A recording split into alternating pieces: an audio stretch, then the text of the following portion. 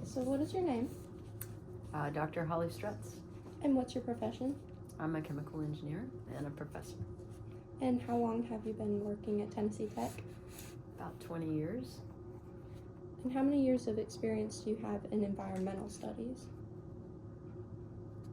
I've been doing that since 1980, so you can add that one up. All right. What is that, 45 years? 44? Just Yeah. about it. So, what research have you conducted prior to being a professor here? Oh, prior to that, my PhD was about, it was funded by the EPA and the U.S. Air Force, and it was about greener fire retardants for business machines. Pretty cool. I also did some work for the U.S. Air Force associated with better rocket nozzles. And what exactly did you do with them? With who? The Air Force. The rocket nozzle work? Yeah. It turns out that rocket nozzles have an interior protective material called an ablative. It's made of plastic, and I'm a plastics engineer. Mm-hmm. And so I built a rocket nozzle test facility at the university that I was at, which can achieve 1200 degrees C and Mach 3 impingement of solid particles on the rocket nozzle coupon. And so we did a lot of tests. We tried to formulate the material, the composite, with nanoparticles in it, so that it would improve both the way that it wears, make it wear more evenly, and also the way the what's called the backside heat soak temperature. So the temperature on the back of this part that's supposed to protect the rocket nozzle can't reach too high, or it will the protection will fall off. It's held on by an adhesive. I'll be looking all this up later. And that was while you were earning your PhD? And that was work I was doing for a group outside of my PhD. So my PhD was the better fire retardants. Okay. The greener fire retardants. What work did you do with the greener fire retardants? So the idea there was that there was a fire retardant that was used in ABS resins. It was decabromide diphenyl ether. And that material actually has some connections with being an estrogen mimic. And so your business machines are everywhere, right? And so we don't want that getting out into the environment. And so there was a country who initiated a sort of consumer backlash against decabromide diphenyl ether. It was in the Holland area, Denmark, that area. And they outlawed the fire retardant outright. And the number of fires in that country, home fires, just went up exponentially. And so my role was to work with a nanoparticle to put it into the composite that business machine housings are made out of, ABS resin, and to get it dispersed in such a way that it would protect it from fire without destroying other properties. Yeah. Sounds pretty cool. Oh, it was very cool, yeah. But I wasn't the only one working on it. It was interesting. If you're going to solve a really big problem like that, it can't just be one person. Mm-hmm. So I did the ABS resin part of it, but there were other people working on nylon resins with this particular nanoparticle, polycarbonate resins with this, polystyrene with this, polypropylene with this one, polyethylene. So we had a big group that was doing all of this at the same time. And how long did that take? Yeah, I'm not 100% sure because I didn't count. So, but, it was about 5 years, I would say, depending on when you decide that I started. 5 years. And what studies have you conducted since being here? Since being here, that are environmental? Yep.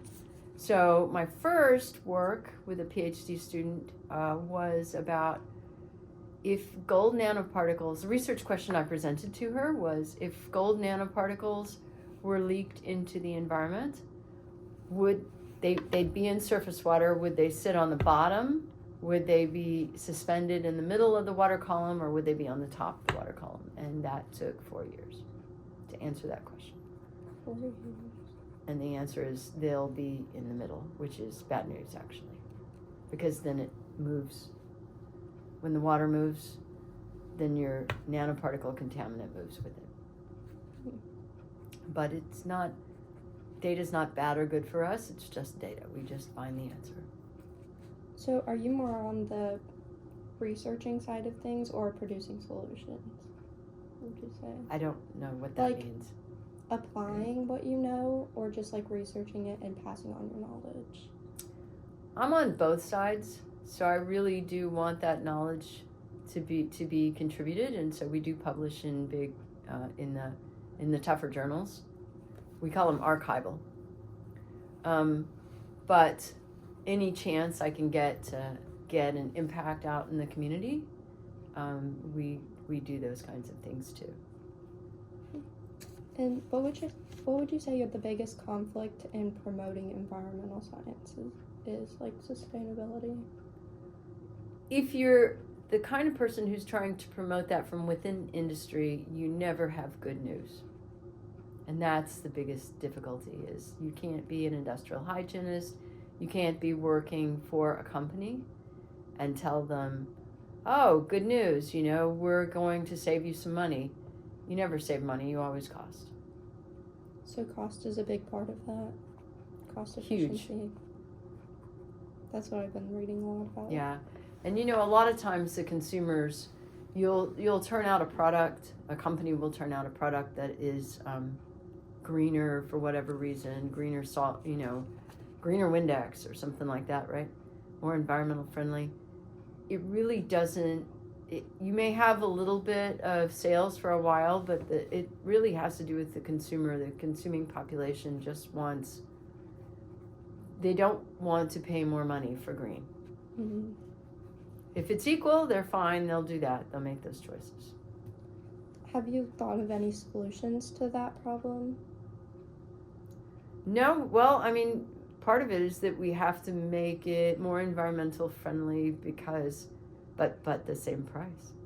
Mm-hmm. So economy is always a part of that research. And do you implement any sustainability practices into your own home? In my home? Yeah. Yeah, we recycle and, plastics and aluminum cans and that kind of thing. I go out for walks for my health. You guys might have actually seen me wandering around the campus, but when I go out to get some steps in, I'm always picking up trash and putting it in the landfill rather than having it blow, into our native spaces. Mm-hmm. And what's your take on recycling? Like, do you think it's as effective as it's portrayed? I think it could be more effective if more people did it. Mm-hmm. So there are a lot of details associated with recycling and the technical side of it. And particularly when you're recycling plastics, which is my expertise, right? Mm-hmm. The devil's in the details, and again, nobody wants to pay extra for it. So for example, we used to ship all our trash out to China, and they would go through it, find whatever was worth recycling, right? China stopped taking all of that, and in particular, I'm interested in recycling Coke bottles, water bottles, that kind of thing. And China stopped taking those things. And when they did, there was no economic reason for cities to keep collecting all of that trash, right? Because there was no place they could send it. Well, in the meantime, Eastman, which is here in Tennessee, was building a recycling facility that will take all of your water bottles and your Coke bottles down to their monomers, to the chemicals that make them, purify them with standard purification techniques like distillation, and then remake a pristine bottle. And the timing just was off. So now Eastman has this big, beautiful plant. There's significant economical reason to recycle your Coke bottles and your water bottles. But all the municipalities have gotten out of the business, so now they have to get back in, which involves startup costs. So Eastman is working hard with municipalities to try to get them back in the business so it has enough feedstock to run its big, beautiful plant that recycles all your plastics. So Eastman was doing basically what China was before for that? No, China was just, there's, so the big question in recycling is always dirt, okay? It's always dirt. You cannot get the properties of the original plastic if it's mixed. So you have to unmix it, which is separations. And there's a price for that. And so the way that China was unmixing it was, just to separate it and wash it, chip it up into pellets, and then make something else out of it. But when you do that, you're actually not getting all the dirt out. And so now the second life of a plastic water bottle or whatever now has to be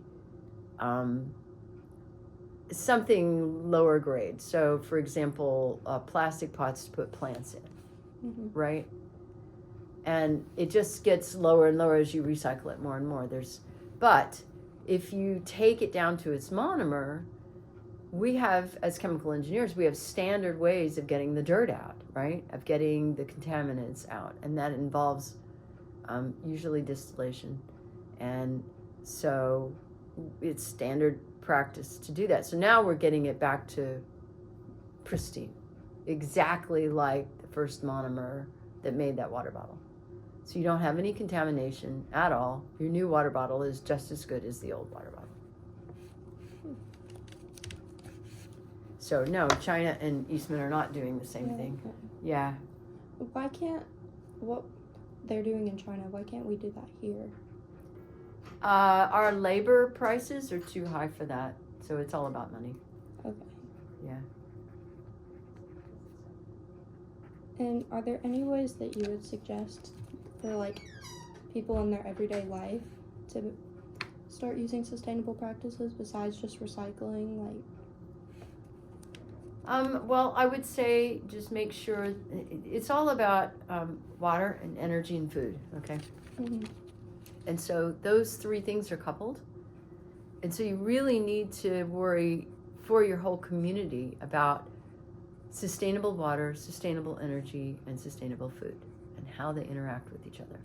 So you should always ask the question, okay, if I'm doing something that makes this better in terms of environmental, have I only made it better just for water? And I'm costing energy to do that, right? So, for example, if a community puts together solar or wind, these are good things. They're renewable energy sources, right? But how much of your fossil fuel burning are you really replacing with solar and wind? So you're investing a lot of money to build the infrastructure for those things. And, 5% of what the community needs, right? So using energy locally, like if you have solar power, having a solar powered water heater, well, that makes sense because locally you're going to use it. And the water kind of stays warm even after the sun goes down. So there's kind of a battery effect. But, if you're going to put it on the grid and we start talking about the grid and powering your electric vehicles or something like that, we need to be reasonable about how much energy you can get from those resources. And right now my big advocation is for people to inform themselves and understand that really our only choice right now is nuclear. Yeah. I mean, the fossil fuels, I would have argued years ago because we didn't have enough information, but I think we have enough information to say, okay, burning fossil fuels is increasing the CO2 content, and we've got problems with global warming, and also it's creating all manner of problems.